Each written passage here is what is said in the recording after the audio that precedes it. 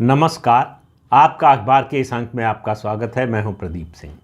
2-3 video पहले मैंने आपसे एक बात कही थी कि नेहरू गांधी परिवार में अंदर अंदर काफ़ी संघर्ष चल रहा है, झगड़ा चल रहा है। धीरे धीरे कुछ बातें निकल कर सामने आ रही हैं और सतह पर आने के साथ साथ तो अंदाज़ा लग रहा है कि मतभेद कितने गहरे हैं, या कहें कि आप अंदरूनी संघर्ष जो है वो कितना गहरा है, आपसी मनमुटाव वैमनस्य में बदलता जा रहा है। समस्या क्या है? समस्या एक ही है कि जब सत्ता का केक छोटा हो और बांटने वाले ज़्यादा हों तो मुश्किल होती है। गांधी परिवार के तीनों सदस्य यानी सोनिया गांधी, राहुल गांधी और प्रियंका वाड्रा तीनों संसद पहुंचना चाहते हैं। समस्या यहां से शुरू हो रही है, लेकिन इन सब में समस्या, मेरा मानना है कि सबसे बड़ी समस्या राहुल गांधी की जो सोच है। अब प्रियंका वाड्रा संसद में जाना चाहती हैं, पहले वो चाहती थी राज्यसभा में, वो हिमाचल प्रदेश से राज्यसभा का सदस्य बनना चाहती थी, पार्टी ने उन्हें नहीं भेजा। अब राहुल गांधी प्रियंका वाड्रा को संसद में जाने से रोकने के लिए नया दांव चल रहे हैं। 2 स्ट्रेटजी उन्होंने अपनाई है। एक, अभी तक उनको जब पुनर्गठन हुआ पार्टी संगठन का तो उसके बाद उनको राष्ट्रीय महामंत्री तो बनाए रखा गया, लेकिन उत्तर प्रदेश का चार्ज ले लिया गया और किसी नए स्टेट का चार्ज नहीं दिया गया। अब जो खबरें आ रही हैं उनके मुताबिक उनको उड़ीसा का चार्ज दिया जाएगा। अब ये बड़ी हास्यास्पद बात है। उड़ीसा में कांग्रेस का कुछ बचा नहीं है।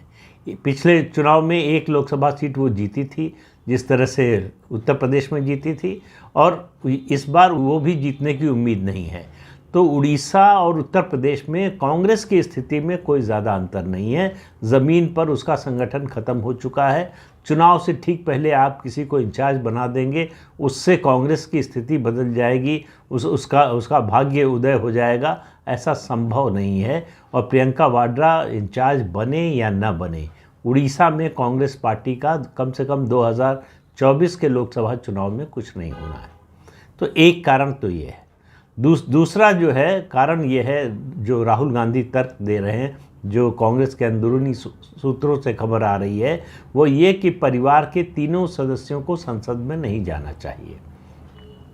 अब आप एक तरह से देखें तो ये उनके स्टैंड की कंसिस्टेंसी भी है और उनका जो है डबल स्टैंडर्ड भी है। कंसिस्टेंसी इस मायने में कि जब उन्होंने 2019 के लोकसभा चुनाव में हार के बाद अध्यक्ष पद छोड़ा था, तब उनका ये स्टैंड था कि परिवार के किसी व्यक्ति को अध्यक्ष नहीं बनना चाहिए। लेकिन उसी समय उन्होंने स्वीकार कर लिया सोनिया गांधी को कार्यकारी अध्यक्ष के रूप में, उसका विरोध नहीं किया उन्होंने। और सोनिया गांधी कार्यकारी अध्यक्ष मल्लिकार्जुन खड़गे के अध्यक्ष चुने जाने तक बनी रही। और दोहरा स्टैंडर्ड ये है कि राहुल गांधी ने पद भले ही छोड़ दिया, लेकिन अधिकार नहीं छोड़े। तो कांग्रेस अध्यक्ष भले ही न रह गए हों वो 2019 के लोकसभा चुनाव के नतीजे आने के बाद, जब इस्तीफा दिया उसके बाद से, लेकिन अधिकार सारे उनके पास थे। चाहे मुख्यमंत्री नियुक्त करना हो, प्रदेश अध्यक्ष नियुक्त करना हो, पार्टी के राष्ट्रीय पदाधिकारी नियुक्त करने हो, या कोई भी पार्टी के बारे में फैसला लेना हो, या पार्टी का कोई स्टैंड तय करना हो। कोई विचार विमर्श की प्रक्रिया नहीं है। कोई सोच विचार कर कि इस मुद्दे पर पार्टी का क्या स्टैंड होना चाहिए, क्यों होना चाहिए, उससे फ़ायदा होगा, नुकसान होगा, जनता में उसकी क्या प्रतिक्रिया होगी, सकारात्मक होगी, नकारात्मक होगी, इन सब बातों पर विचार नहीं होता। राहुल गांधी अपनी ओर से घोषणा कर देते हैं। अभी सबसे ताज़ा उदाहरण है कि वो भारत जोड़ो न्याय यात्रा पर हैं और यात्रा के बीच में ही उन्होंने घोषणा कर दी कि कांग्रेस सत्ता में आई तो एमएसपी की लीगल गारंटी देगी। सवाल यह है कि क्या इस पर कांग्रेस वर्किंग कमेटी की मीटिंग हुई? क्या इस पर कांग्रेस कोर कमेटी की मीटिंग हुई? क्या कांग्रेस के किसी ग्रुप की, किसी कमेटी की, किसी भी समूह की बैठक हुई जिसमें इस पर विचार विमर्श हुआ कि ये होना चाहिए, नहीं होना चाहिए, और होना चाहिए तो क्यों होना चाहिए? उसके बाद इसकी घोषणा हुई। कांग्रेस एक गठबंधन में है जिसका नाम इंडिया अलायंस है। क्या गठबंधन के साथी दलों से सलाह की गई? बिल्कुल नहीं की गई। तो ऐसे में एक तरफा इस तरह की घोषणा करना, ये वर्किंग स्टाइल बन गया है राहुल गांधी का। इससे पार्टी के लोग परेशान हैं, इससे जो गठबंधन के साथी दल हैं वो परेशान हैं, लेकिन राहुल गांधी को पर इसका कोई असर नहीं पड़ता। वो अब जैसे काम करते हैं वैसे काम कर रहे हैं। समस्या एक ये है। देखिए, अमेठी और रायबरेली का जरा इतिहास भी याद कर लीजिए, आपको पता होगा लेकिन फिर याद दिला दूं। ये 2 लोकसभा निर्वाचन क्षेत्र उत्तर प्रदेश के हैं जहां से इस परिवार का बड़ा गहरा नाता रहा है। पहली बार रायबरेली से संसद में पहुंचे थे फिरोज गांधी, इंदिरा गांधी के पति और जवाहरलाल नेहरू के दामाद और राहुल गांधी के दादा। और उसके बाद उनके निधन के बाद इंदिरा गांधी यहाँ से चुनाव लड़ी, लेकिन इंदिरा गांधी भी 1977 में चुनाव हार गई थी। और पहली बार अमेठी से चुनाव लड़े संजय गांधी 1977 में, वो भी चुनाव हार गए थे। तो गांधी परिवार में सोनिया गांधी को छोड़कर अमेठी और रायबरेली से चुनाव हारने वाली 3 पीढ़ियां हैं। इंदिरा गांधी हारी, उसके बाद संजय गांधी हारे और फिर राहुल गांधी पिछले चुनाव में अमेठी से चुनाव हार गए। तो चुनाव हारने का मुद्दा कोई नया मुद्दा नहीं है। तो इसलिए रायबरेली से सोनिया गांधी के हारने की प्रबल आशंका थी। इस बात में कोई शक नहीं है कि सोनिया गांधी अगर रायबरेली से लोकसभा चुनाव लड़ती तो उनके हारने की संभावना ज़्यादा थी और ये बात उनको पता थी। और पिछले चुनाव के नतीजे बताते हैं कि उनकी लोकप्रियता तेज़ी से रायबरेली में घट रही थी। कांग्रेस की पूरे प्रदेश में घट रही है क्या, घट चुकी है, कुछ बचा नहीं है कांग्रेस का उत्तर प्रदेश में। और रायबरेली जो गढ़ बना हुआ था वो केवल सपा बसपा के समर्थन के कारण और भारतीय जनता पार्टी की कमज़ोरी के कारण। भारतीय जनता पार्टी इस बार तैयारी कर रही थी जोर शोर से लड़ने की रायबरेली का लोकसभा चुनाव, इसीलिए सोनिया गांधी मैदान छोड़कर भाग गई। तो उत्तर प्रदेश से अगर प्रियंका वाड्रा को टिकट नहीं मिलता है रायबरेली से और राहुल गांधी केवल वायनाड से लड़ते हैं, अमेठी से भी नहीं लड़ते, तो गांधी परिवार उत्तर प्रदेश से पलायन कर चुका होगा। ये पहली बार होगा आज़ादी के बाद से कि उत्तर प्रदेश से राजनीति में रहते हुए नेहरू गांधी परिवार का कोई सदस्य उत्तर प्रदेश से उम्मीदवार नहीं होगा लोकसभा चुनाव में। अब राहुल गांधी प्रियंका वाड्रा को तो रोकना चाहते हैं, आप देखिए नई पीढ़ी को रोकना चाहते हैं, लेकिन वो अपनी मां को नहीं रोक सके। वो कह सकते थे कि आपका स्वास्थ्य ठीक नहीं है, आप कह रहे हैं कि स्वास्थ्य के कारण जो है कैंपेन नहीं कर सकते लोकसभा चुनाव में या फिर विधानसभा चुनाव में, और इसी कारण जो है लोकसभा चुनाव रायबरेली से नहीं लड़ रहे हैं, तो राज्यसभा क्यों जा रही है। प्रियंका वाड्रा को आने दीजिए, नए लोगों को आने दीजिए, नए लोगों को, नई पीढ़ी को मौका दीजिए। लेकिन ये बात राहुल गांधी पता नहीं कहा या नहीं कहा, कम से कम सार्वजनिक रूप से तो इसकी कोई जानकारी नहीं है और ऐसा हुआ नहीं, इसलिए मानकर चलना चाहिए कि शायद कहा भी ना हो। तो प्रियंका वाड्रा को क्यों रोकना चाहेंगे राहुल गांधी, ये सवाल आपके मन में होगा, बहुत से लोगों के मन में होगा कि ये कौन सा तर्क है कि राहुल गांधी प्रियंका वाड्रा को लोकसभा में या राज्यसभा में आने से रोकना चाहते हैं। राज्यसभा में आने से रोकना चाहते हैं, ये तो स्पष्ट हो गया। उनको 12 में से एक भी सीट नहीं मिली, बड़ी स्पष्ट सी बात थी। अब लोकसभा में आने से क्यों रोकना चाहते हैं। देखिए, राहुल गांधी एक ऐसे नेता हैं, कांग्रेस पार्टी के इतिहास के एकमात्र नेता मेरी नज़र में, जिनके अंदर इन्फीरियरिटी कॉम्प्लेक्स है, हीन भावना एक बैठी हुई है, एक असुरक्षा की भावना, ये कहना शायद ज़्यादा ठीक होगा, एक असुरक्षा की भावना है। उनको अपनी क्षमता को लेकर खुद ही भरोसा नहीं है, इसलिए वो इस तरह की हरकतें करते हैं, इसलिए वो डिस्कशन नहीं करते, डिस्कशन से भागते हैं इसलिए कि वहाँ तर्क वितर्क करना पड़ेगा, और वहाँ तर्क वितर्क करना पड़ेगा और आपको अपनी बात के पक्ष में, अपनी बात के समर्थन में जब तर्क देने पड़ेंगे, तथ्य देने पड़ेंगे, तब आपके पास कुछ होगा नहीं, तो आप एक्सपोज हो जाएंगे। तो उस एक्सपोज होने से बचने के लिए वो डिस्कशन से भागते हैं। राहुल गांधी जब से राजनीति में आए हैं, यानी चुनावी राजनीति से ही उनकी राजनीति शुरू हुई, 2004 में पहली बार अमेठी से लोकसभा चुनाव लड़े, तब से लगातार सोनिया गांधी की कोशिश रही है कि राहुल गांधी को प्रोटेक्ट किया जाए। किससे? कंपटीशन से। तो कंपटीशन से हमेशा प्रोटेक्ट किया गया राहुल गांधी को कि कांग्रेस पार्टी में कोई ऐसा नेता नहीं उभरना चाहिए, ख़ास तौर से अगर वो युवा नेता हो जो आगे चलकर राहुल गांधी का चैलेंजर बन सके, उनको चुनौती देने वाला बन सके।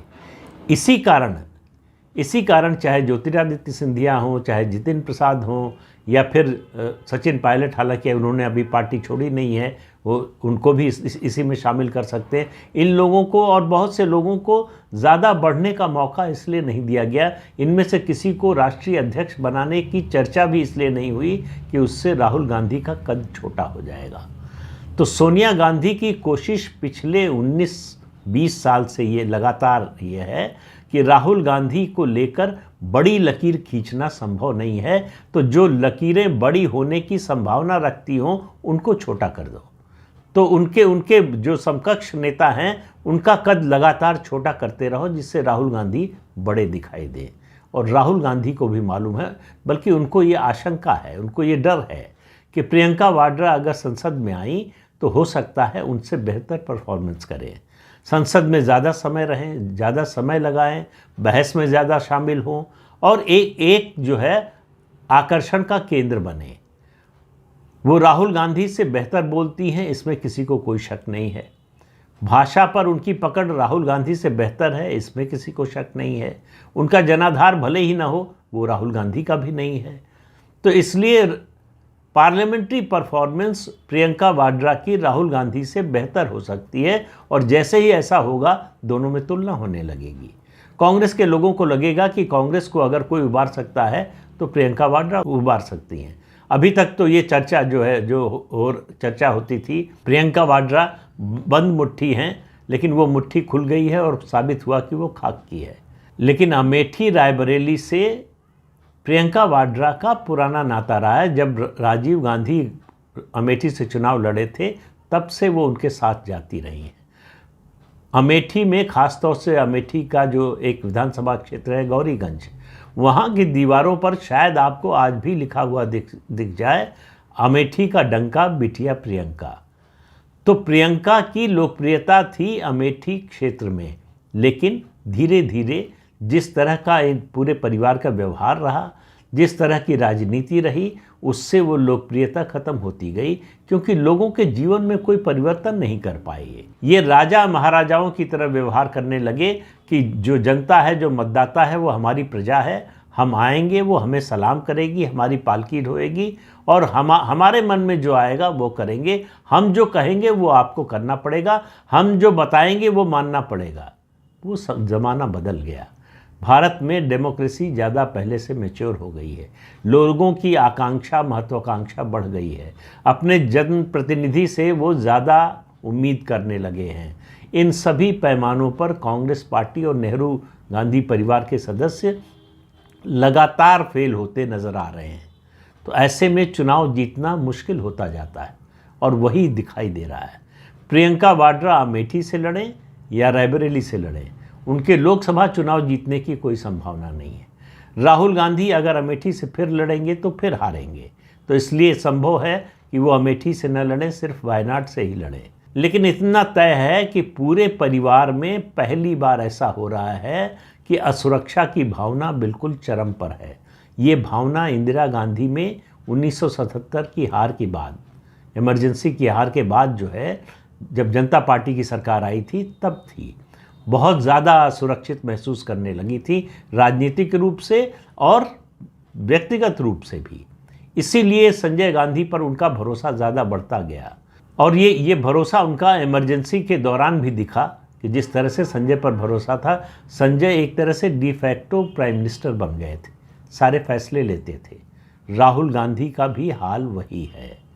अब चूँकि सरकार नहीं है तो डिफैक्टो प्राइम मिनिस्टर तो बन नहीं सकते, लेकिन डिफैक्टो कांग्रेस अध्यक्ष जरूर बने हुए हैं। जब तक राहुल गांधी इस रोल में रहेंगे तब तक कांग्रेस का कुछ होने वाला नहीं है। एक एक करके 20 साल, 30 साल, 40 साल, 50 साल से कांग्रेस में रहने वाले लोग कांग्रेस छोड़कर जा रहे हैं, लेकिन कांग्रेस में कोई चिंतन मनन नहीं हो रहा है कि ऐसा क्यों हो रहा है।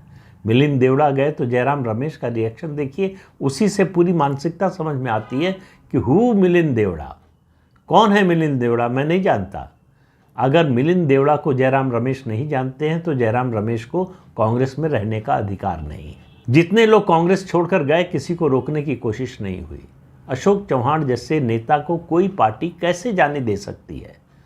न रुके वो अलग बात है, उनको रोकने की कोशिश भी ना हो, ये बताता है कि पार्टी का हाईकमान, पार्टी का नीति निर्णायक जो मंडल है, वो ज़मीनी वास्तविकता से पूरी तरह से कट चुका है। तो प्रियंका वाड्रा चुनाव लड़ेंगी या नहीं लड़ेंगी पता नहीं, लेकिन मुझे ऐसा लगता है कि अगर लड़ेंगी तो भी संसद नहीं पहुंचेंगी, और नहीं लड़ेंगी तो खैर पहुंचने का सवाल ही नहीं है। तो इसलिए गांधी परिवार के तीनों सदस्य संसद में पहुंचेंगे, इसमें मुझे बड़ी शंका है। तो इस अंक में इतना ही। अगले अंक में फिर मिलेंगे किसी नए मुद्दे के साथ। तब तक के लिए अनुमति दीजिए। आपसे अनुरोध है कि ये चैनल देखिए, शेयर कीजिए, लाइक कीजिए और सब्सक्राइब ज़रूर कीजिए। नमस्कार।